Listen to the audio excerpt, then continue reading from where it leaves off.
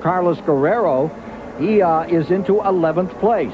DeFerron is running in 12th. Brian Herta 13th. Al Unser you find in 14th spot. We get ready to get in this thing. Yeah, you know, if Villeneuve were to pit now, he could go all the way, because the last time he went 93 laps and it's only 91 laps to go. You know, that's quite interesting, actually.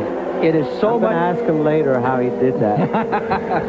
I think a lot of people are going to ask him later how he did that. It's so much fun to watch this young man, Villeneuve, with that number 27, his dad's number that he took to 6 Formula One victories, and you knew him so well, and see this kid just come out here and fly. Yeah, no question. I mean, he's pure talent. He's shown that, and he's shown a learning curve, and putting, if there were mistakes, putting those to, you know, just trying to overcome some of that and learning from them. We've seen just positive progress all the way. Over in La Belle Provence, up there around Montreal, he is the new hero, just as his dad was until 1982 when that rainy day at Soldier, and still is in that area of Canada and all over Formula One world. Okay, we're getting ready to go once again. By the way, Thursday night, CBS Sports brings together many of your Olympic favorites in a primetime special presentation. Skates ×2. You'll see the World Figure Skating Challenge with Nancy Kerrigan, Oksana Bayul, Katerina Witt, Victor Petrenko, and Brian Boitano are among the stars featured Thursday night at 8 on CBS. Ready to go racing again in the Bosch Spark Plug Grand Prix. We are at lap 112 as they come to green. And the Fittipaldi gang from Brazil, for the moment, has the lock on this one. And there is Christian Fittipaldi in that green and yellow car. Of course, the interesting side note on all these international stars and drivers in this series, of course, is the amount of television that this series attracts around the world. And people like Villeneuve are heroes in Canada, and Christian Fittipaldi in Brazil, and Salazar in Chile, because they take these telecasts. 30 of them carrying this event live today around the world. Look at Villeneuve moving in again. On the outside in turn 2. Yeah, he's really working. Place Mario like to work. Yeah, there, right in front of him is Scott Pruitt in the 20 car. He must be down a lap. Bad news for Gordon. Black flag. Brought in, ran over an air hose. So it's a stop and go, and that hurts Robbie Gordon's chances today. Stop and go around here, you're dead meat. Yeah, but the same thing happened to him in Phoenix, and he came right back. Remember, he made up a lap at Phoenix and went on to win. He's exciting to watch. So many young new... Hey, Mario, how does it make you feel to think that Unser Jr. and Michael Andretti are now veterans out here? Well, I think it speaks very well for the health of IndyCar racing, really. Emerson Fittipaldi there, showing no signs of aged nerves at all, as his nephew, Christian, comes into the pits. Christian Fittipaldi coming on pit road. We'll have Dick Berggren there for you in just a moment.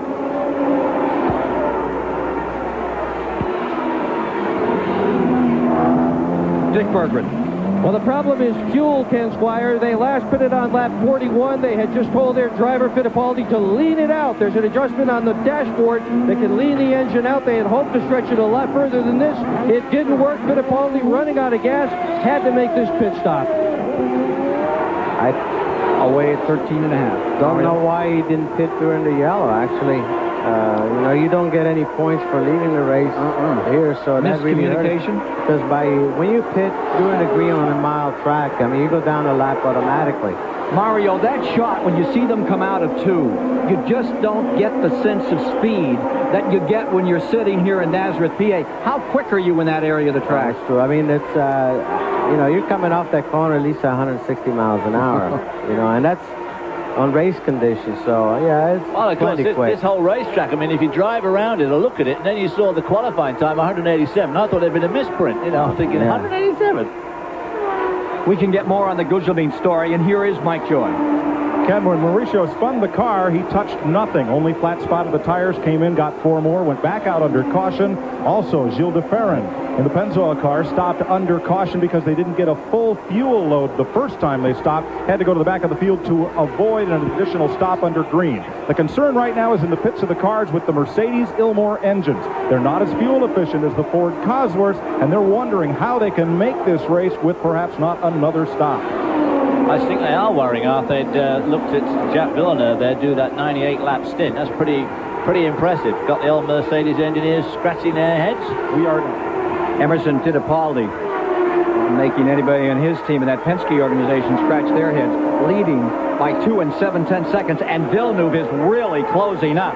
He is moving back into this thing from second spot. Fabi lies third. Sequestered in fourth is Johansson, and Cheever is fifth. Michael Andretti back in sixth.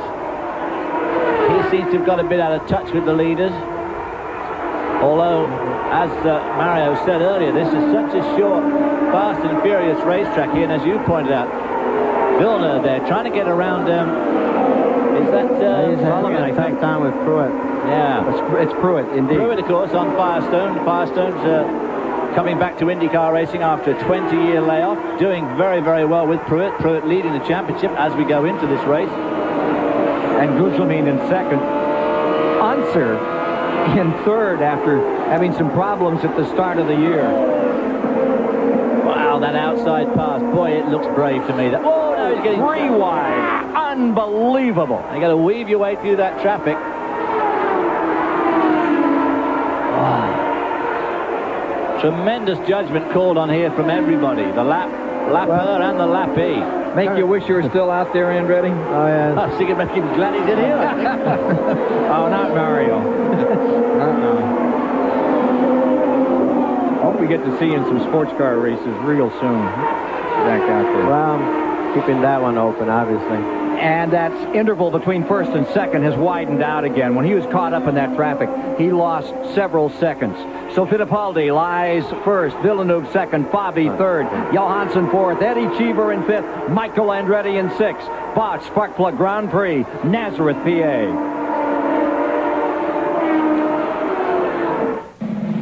The 134th mile of 200 to be run. And a battle for third developing. Teo Fabi in the red and white car, number 33 there. But the story is Eddie Cheever from 21st up to 4th. Remember that Cheever was 4th at Long Beach. Remember, this is one of his best tracks. 4 times in a row, the top 10 until last year when he had that shunt with Mario down here in turn number 3. And what a job Cheever is doing again today.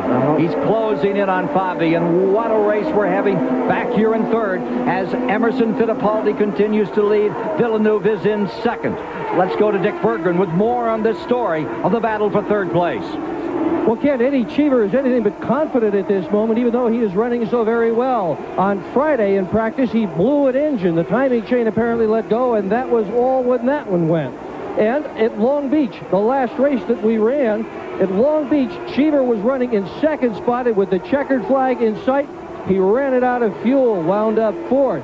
Now, these guys run awfully close to the edge. When Gordon won at Phoenix, he had less than a half a gallon of fuel in the car. So Cheever, no doubt, is going to be thinking about fuel and thinking about engines as well as he is running. Fabi there got boxed in by Danny Sullivan, and Eddie Cheever really took an opportunity chance there, snaffled his way by. Now it'll be interesting to see if he can pull away, because going back to what Mario said earlier about being in traffic and in the air, he was holding on to his own with Fabi very well. Now he's in front. Is he going to be able to pull away? Oh, I think no question. It looks like he's really working right now. Now, that's one of those Series 1 Ford cars. He doesn't have one of those new Series 2 engines, does he, in this one? Yeah, but it's more handling here. You know, if you can just get the power down, believe me, he has enough horsepower to get a job done. Well, the man that won 67 IndyCar Championship races, A.J. Foyt, here today looking on as Eddie Cheever's looking good. This is the thing about when you drive for A.J. Foyt. I mean, you've pretty well got to perform, because if you don't, you can't go back to the pits anyway. But Cheever has always been the star-cross driver. Back to your days in F1, his IndyCar experience, so many times, so close, and it evades him. Yeah, that's right. And he has so much experience, you know, a lot of Formula One and sports cars, and, you know, so he's due for some good to happen to him. And he's certainly with a good team there, and I'm sure Foyt is happy with him. But right now, he's looking quite good. He's definitely moving forward. Serious traffic now. Fabi comes up on the inside again and gets around. Nearly got around Cheever there. Almost around. Is that Johansson? No, that's Gugelmin. Gugelmin back. And there's Brian Herters out there in the Ganassi car in this group of traffic, but these two guys have got to... Here we are on board with Brian Hurt now. And right behind him is Cheever, but Hurt, of course, is in his own battle with Gordon and Ribeiro. That's back there in 8th, 9th, and 10th. Ribeiro is 8th. Gordon is 9th. Hurt at 10th.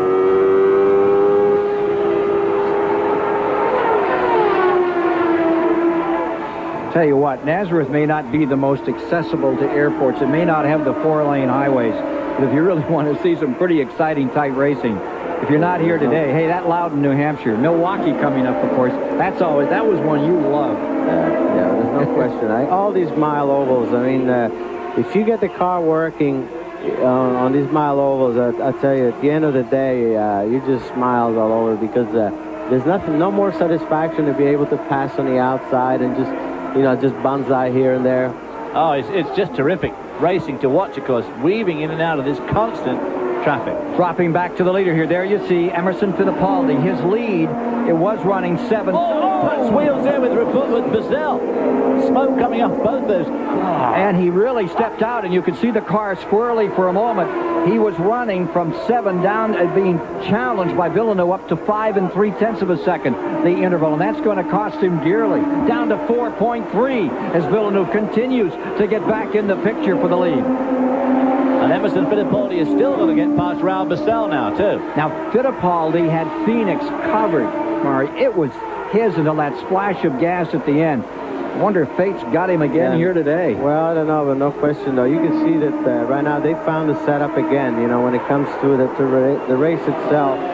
The way he's slicing through traffic, shows the car right there. Just the way he comes off the turn sweep always tells you that you really got something under you. Yeah.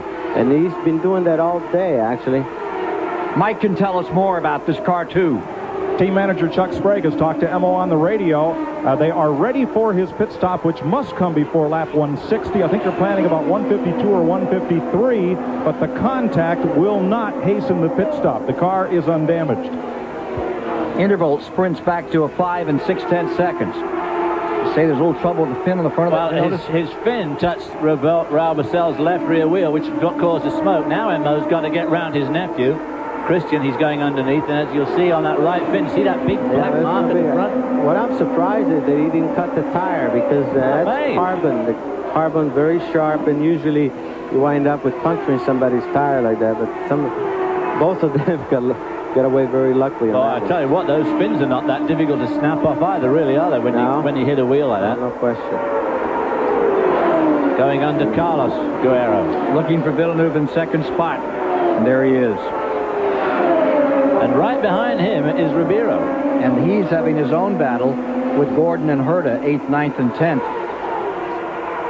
Villeneuve now on a mission, but he's getting caught up in traffic, and that last move cost him a little. He fell almost 3/4 of a second back, 6.1 seconds. Let's take a look at Cheever. Watch for Cheever coming off the second turn here. Number 14, the black A.J. Foyt car. Eddie Cheever up to 3rd. There he is. Yeah, he's running strong right now, I tell you. He's a man on a mission. Well, you see Johansson in there, too, is it not? Right there with him. 4th place. Stefan Johansson has caught him up significantly in that last clutch of traffic that they've been working their way through. It's certainly played into Stefan's hands, and now he's right behind Eddie Cheever, duking it out for 3rd spot. Yeah, Mike Joy. It'll be a routine pit stop for Fittipaldi. Bit of brake smoke from the front of the car as they replace the 4 Goodyear tires. John Whiteman is fueling, and it's Steve Traderup who is watching the sight glass on the overflow. They're out. He's away. The 1989 and 90 champion Emerson Fittipaldi away and back on it. Take a look at that tap once again. He's trying to put a lap on Bazell, and they just snagged there. And Bazell car there, look at the way it's snaking around there. I bet that got the old heart jumped right up into the throat.